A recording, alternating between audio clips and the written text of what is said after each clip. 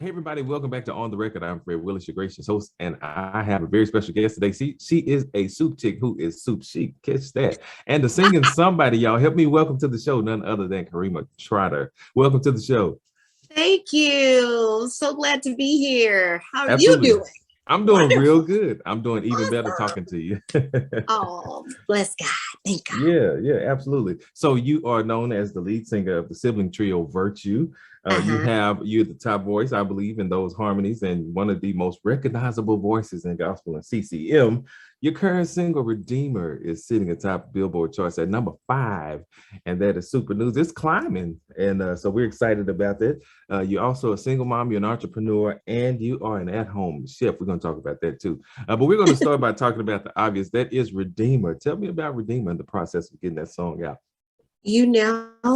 God is just, I always lead with God because he's just, first and foremost, everything to me. Mhm. But Redeemer came about because I was working, I was working as a design consultant a couple of years ago, and I had literally given myself a year there, and then a year turned into two. And I told God, listen, I feel stagnant. I feel like I'm not sure, but I think I want to do music again. Actually, I know I want to do music again, but I needed a door. I needed something, to push me in the right path. And so I literally, this place where I work was beautiful. I mean, 77,000 square feet. I mean, everybody who was anybody in Nashville would pass through those doors. So I got a lot of opportunities to meet, some very influential people, make some Mhm. really great connections, but there was still an emptiness on the inside because Mhm. I know that I'm a singer. I like ultimately that's what I've always wanted to do my entire life. And, you know, I've come this far and this is it. Can't Yeah. be it, God. So Mhm. I started walking those hallways and I told God, listen, you know, I need you to work right now. Like I need a door out of here. I Mhm. need a path back to music. So and that was about July. I started praying that prayer about 2020. And I literally just believed that it was going to happen. Like a switch went off in my brain. Like, look, if you want this, you have to believe that it can happen. And so, in believing, I reached out to a writing partner of mine. I was in Atlanta. We wrote this amazing song called Up, and in the process, and I'm just like really excited about it. Not sure how I was going to get it out. But all these different outlets that technology has afforded us, I was like, surely I could do something and just have it visible on my Instagram, on my social media, anywhere it could be seen and heard. And Mhm. so I did that, and kind of nothing happened, and I got a little discouraged. And then I happened upon Lisa and Juan Winans single called "It Belonged to Me." And Yeah. so I'm listening to this song and I'm like, oh my God, this is so beautiful, and it's resonating with me, and it's, giving me all this hope and trust and belief in God to know that he could just open any door that I needed. And so it gave me a boost. But not only did it give me a boost, God had me pay attention to their packaging and Mhm. and how their pictures look and the quality of the music. And I was like, oh my God, this is what I need.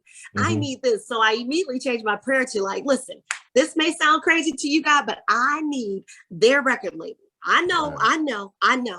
I need their record label though, God. I need whoever is doing their stuff to want to work with me. And I Wow. prayed that prayer. I prayed it. I promise you by October, I'd gotten a little discouraged and I started praying again. That's where we messed up. We stopped praying and we Yep. stopped believing, but something wouldn't let me quit. And so by October, I said the same prayer. God, give me what Lisa and Juan has. And I know that may sound crazy to some people, but that's what I saw and that's what I knew I needed. I Mhm. needed the support that they had. I needed all of the things that they had. I'm like, God, I don't want to covet, but Jesus, Lord, show, you know, create Yeah. that path Yeah. for me. And he Yeah. did. In October, it was a Thursday.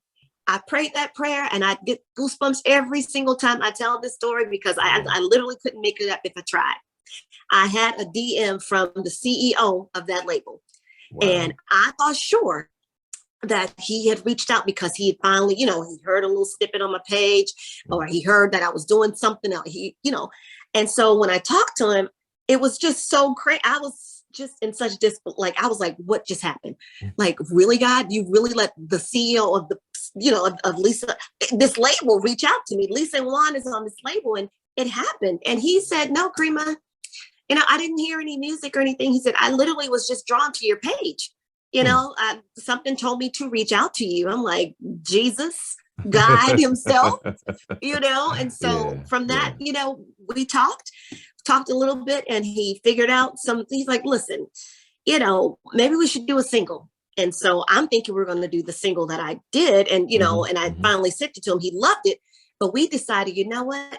You've been gone for so long. You need something that's going to resonate with everybody, something that's everyone can connect to.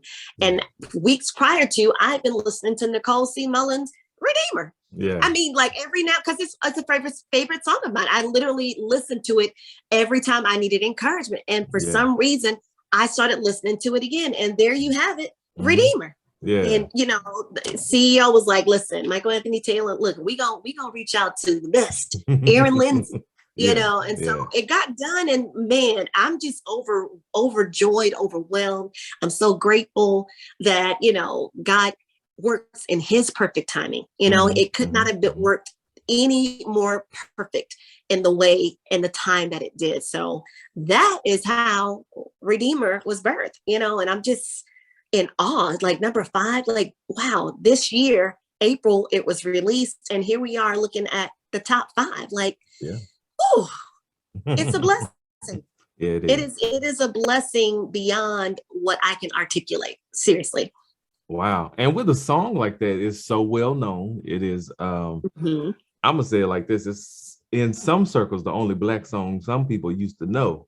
Redeemer or whatever Nichole C. Mullen's catalog was. She was the singer or the Black singer for some people. You know how that goes. But what was the response from her, if you've heard from her, or her fans, people who know her? What's the response, even from people who are familiar with the song? What's the response like? Obviously, you're number 5, but Right. I'm sorry, I didn't mean to cut you off. I have personally talked to her. But I want to. I just want to like hug her and thank her, because I mean, and I know her. I've seen her around Nashville, but I don't. We don't like hang out or anything. It's just I haven't been able to talk to her about it. But the response has been amazing. It has been completely a mind-blowing experience, just to know that she's so well respected, and it's such an amazing classic. That will forever be a classic. And to be able to put my spin on it, and make it mine is all the more gratifying. I'm just so grateful, but it has been so well received. Like tears. I mean, I get people that reach out to me constantly or send me DMs or messages. Like, I can't stop crying. Like this is, it is really anointed, so it's amazing. And God did his handiwork, man. It's just, when things are supposed to happen, they just do. Yeah, I love that. I'm going to use that. When things are supposed to happen, they just do. Wow, so good. That's so rich. And so you mentioned Up as another song that you have recorded. You have some Christmas music that you've recorded in addition to this Christmas music, because I want to hear about that as well. Have you recorded anything else, or do you have plans? Obviously, I'm sure you have plans for more music. Tell me about that. Well, more than Up, we Aaron Lindsay did a second single, and it is incredible. We're getting ready to gear up for that too, and it will probably be released sometime next year. Okay. But as far as people have been asking if I have, an entire CD, or not CD, but album CD coming out, or an EP. I don't have plans for it, like just to say. I don't want to lie to you guys, so get your hopes up. But I think that definitely more music is on the horizon. Definitely another single, and we'll see where it goes from there. But this has just been everything to me, and then to be able to record some of my favorite Christmas songs, as you mentioned, just last week. So those are going to be uploaded to an outlet of YouTube, and so everybody will be able to hear and see. It's literally just me, a raw version of my vocals singing a few of my favorite songs with a a pianist and a percussionist. So looking forward to sharing that with you guys. That was a lot of fun. Very, very nice. And so you've alluded to this earlier in your answers. What drove you back to the studio this time without your sisters? What, that you talked about it in the opening question, but a lot of people will forever knit the three of you together. And so for you to launch, well, you've already had a solo album, but to do it again, what was that driving force like? And knowing that this time you're doing it alone, what was that like? Well, let me tell you, there was some resistance. Some fear, some doubt, all the things that go along with doing something new, for the first time and wondering if people were going to be receptive. And it's so crazy, like how like your life can just become full circle in the gamut of, doing things one way and not having to, but wanting to, and also having to, switch up what you're doing. And so from when I was, I know I was a little girl. I was about 8 years old when I realized that I could truly sing. As I remember the earliest of us, I think I was about 4 years old singing in choirs and whatnot. But, you don't have a sense of, oh, I can sing, I'm going to do this, that. At least I didn't until my older sister heard me. Dion heard me singing and she was like, whoa, Mom, Karima can really sing. And I heard her say that. And sometimes it's all you need is somebody to say it. Right. You know what I mean? Yeah, and so then it stuck. I was like, oh, I can sing. Okay, I can really sing. Because she was a singer. Dion used to sing all over New Orleans, had a single out on radio and, won Anita Baker contest. So I'm going to listen to my sister. She can sing, right? And so listening to her, I was like, well, maybe I want to do this for the rest of my life. I just don't know how, but I always believed that I could. And I would just say it, as kids, we have childlike faith. We don't care about the how, the when. We just know it's going to happen. And somewhere along the way, we lose sight of who we are and whose we are and the confidence that God had given us when we were little to take with us throughout our life's journey. But that's just, a part of life of in falling back, not feeling like you can do what you're called to do. And that's where I was. And I was like, oh my God. Singing with my sisters, how am I going to do that? Let alone these interviews, God, because I was afraid to talk. I was afraid. I didn't think I would, make sense. And I had so many insecurities. So, singing by myself, I was like, are these people really going to want to hear me do this? So 11 years ago, I tried it and I was like, it was okay. It worked. But I guess it just wasn't time. And so I needed to build more confidence. So that resistance, I always felt it, but I also felt a bit guilty. I didn't want to leave my sisters because we had this journey, this incredible journey together. And, what are they going to think? Like, I just want to, those are some of the things that I asked God to, heal me from because I didn't want to let them down either. But God was like, Karima, you asked for this. You asked for this and you're going to do it. And I'm like, okay, God. So I started believing that it was my calling and that was the change for me. That was the pivotal moment of me thinking, I can do this. And so here we are. And I'm like, okay, God, let's go. What else you got? Wow, that is so powerful because as I said, a lot of people connect you to your sisters and, you even expressing how you factor that in, but you got to do it your own, and listen, the Lord will talk to you if you let him get real with you. You will hear some stuff you never thought you would hear come from the creator of the universe. Listen, amazing things, and so many times we miss things, but he also put it on the hearts and the minds and the mouths of others to reinforce, like, listen, you're not getting it. You're not getting it through your skull. So let me let somebody else tell you. And man, over and over again, those are the types of things that I've dealt with to know that, you're on the right path. Just stick with it, Wow. I love that so much. And speaking of your sister, Ebony is a teacher. Heather is also a chef and much like you are. And and so I enjoyed watching that, watching you and Heather present online. I say present because I would be watching, whether it was on Facebook or whatever, or YouTube even. And so Talk to me about Soup Chick and how you may be balancing that with your newfound status and career. How are you balancing the Soup Chick now? Actually, it's just now coming back a little bit more into play because the pandemic slowed it down. I was shipping prior to the pandemic, and I slowed down a little bit because it's the actual business itself. It slowed down because it became overwhelming just for me. I had created 9 different recipes and I was getting all of these orders and I'm just like, oh my God, I don't know how I'm gonna do this, And so I had to slow down and pace myself because it really was a lot of work and I enjoyed it. It's just that I didn't want to burn myself out. Yeah. And so I decided to take that job, being a design consultant. And plus it gave me a little more extra cushion as far as financials. Yeah. And so, I told God, I'm open to whatever you have for me. And I think I just told someone else in another interview that, I oftentimes, people sit on gifts that they think aren't really gifts. Cooking is definitely a gift, and when you look at what your capabilities are and what you're able to share with people to bless them, that's a gift. It could be as simple as, I don't know, it doesn't have to be cooking. Whatever you have that you possess that you are able to bless others with is a gift. And so when he gave me cooking, I was like, really? I always enjoyed it, but soup?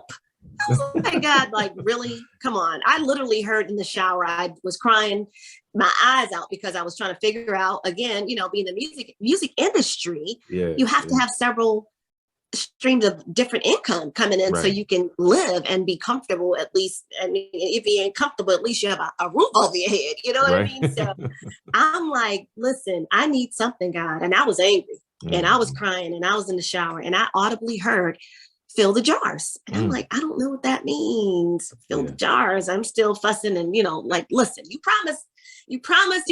And I get out of the shower and, I made the soup because I'd had that craving for a solid week. Finally made that chicken noodle soup. I don't even like chicken noodle soup.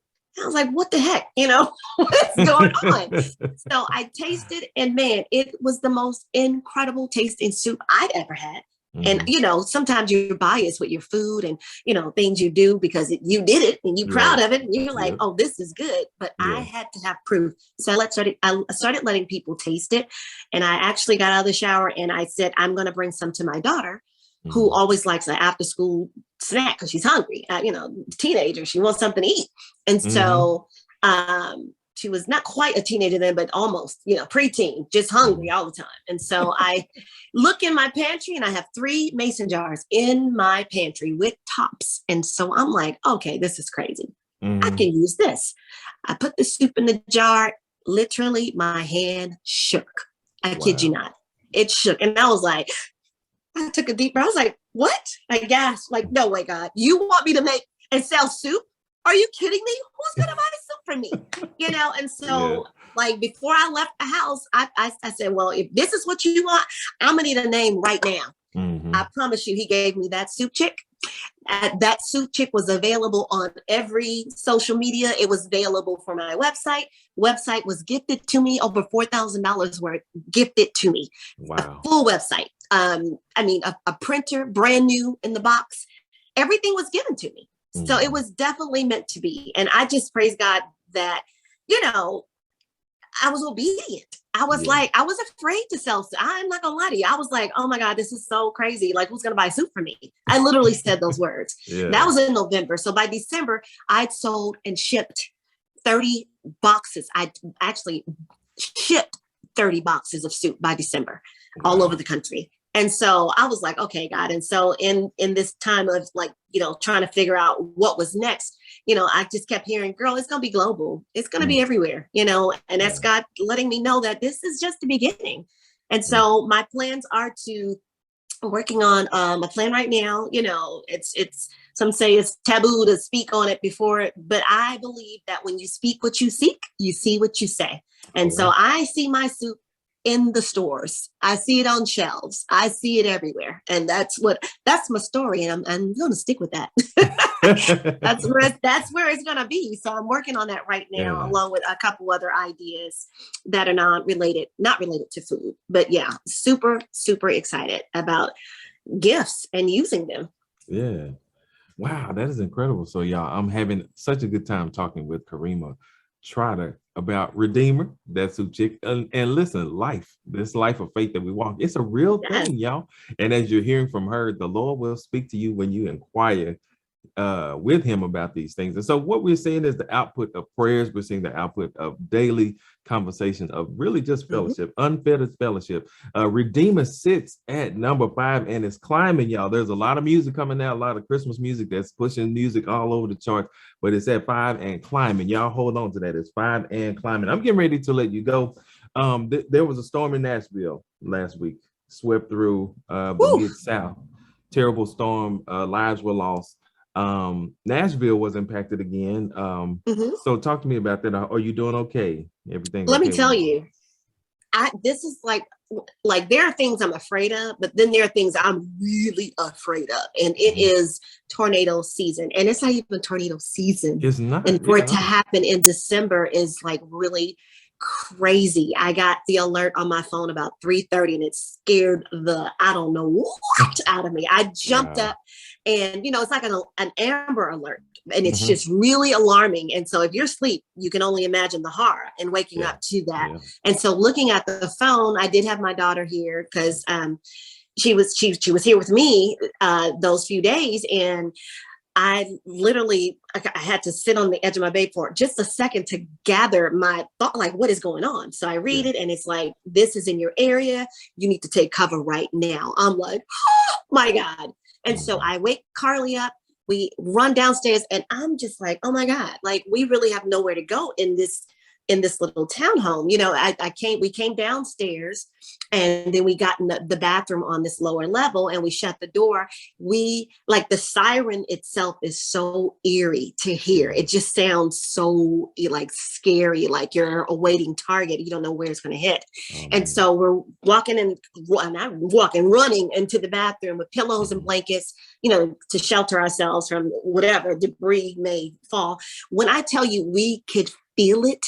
We heard it. We felt the wind in my house under the bathroom door. It was so strong. That's how it was, right outside, and it passed our house. Thank you, Jesus. I was shaking, and I'd never heard Carly pray out loud like that. She was literally calling on God's name. Jesus, please save us. Please don't let this thing kill us. Please, Lord, protect us. And that.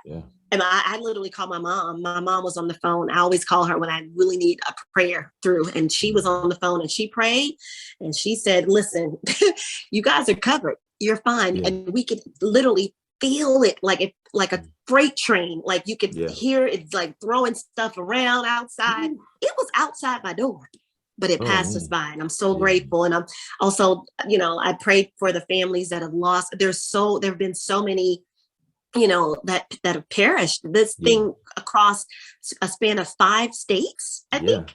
It's ridiculous. And yes, Nashville is always, we get tornadoes. I was just telling a friend the other day, I remember being here, and we had 14 in one day, 14 tornadoes in one day. And we literally had to stay in a shelter all day. It was the scariest thing ever. And so I don't wish that on anyone. I just pray that God covers and continue to, comfort the ones who have lost their family members and has to recover, and I just thank God. The only thing I lost was my lights and some food in my refrigerator. I had to stay in a hotel just one night. It took about, almost 20 hours for my power to come back on. But that is a blessing, when you look at the grand scheme of things and not losing my life. So I'm very, very grateful.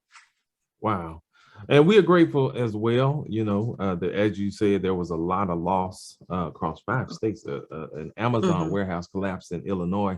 That took some lives as well. So there was a lot of calamity, but we're thankful that you are safe. You are one of the ones who are safe, one of the many who are safe. But so Redeemer, the Redeemer lives. That's proof right there. Further proof that our yes. So yes, number 5, you had number 5 and climbing one last time. Karima, this has been so much fun. As you can see, I'm wearing the 2016 Virtue Fearless shirt. I love it. I thought that looked familiar. I was like, Fearless. I love it. Yeah, so I went and dug it. I hate to say dug it out, but I had it in a special Hey, place. And so I love I said, I'm going to represent with this. And from that album, there were a number of songs I love from that album, but there's one in particular that got my attention, and it's In the Garden.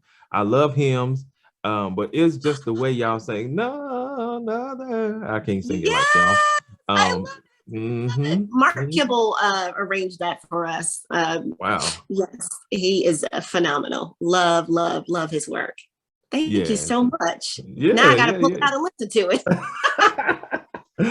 Yes, yes, yes. So I love it. I love the work you've done over the years with your sister, your solo work. Listen, Redeemer, I listened to it again today, and it's such a special song. I see why it's climbing. So if you have not heard it, if you have not added it to your stream list, you are way behind. You need to help push this thing up all the way to number one, numero uno, so we can let the Amen. world know that our Redeemer lives.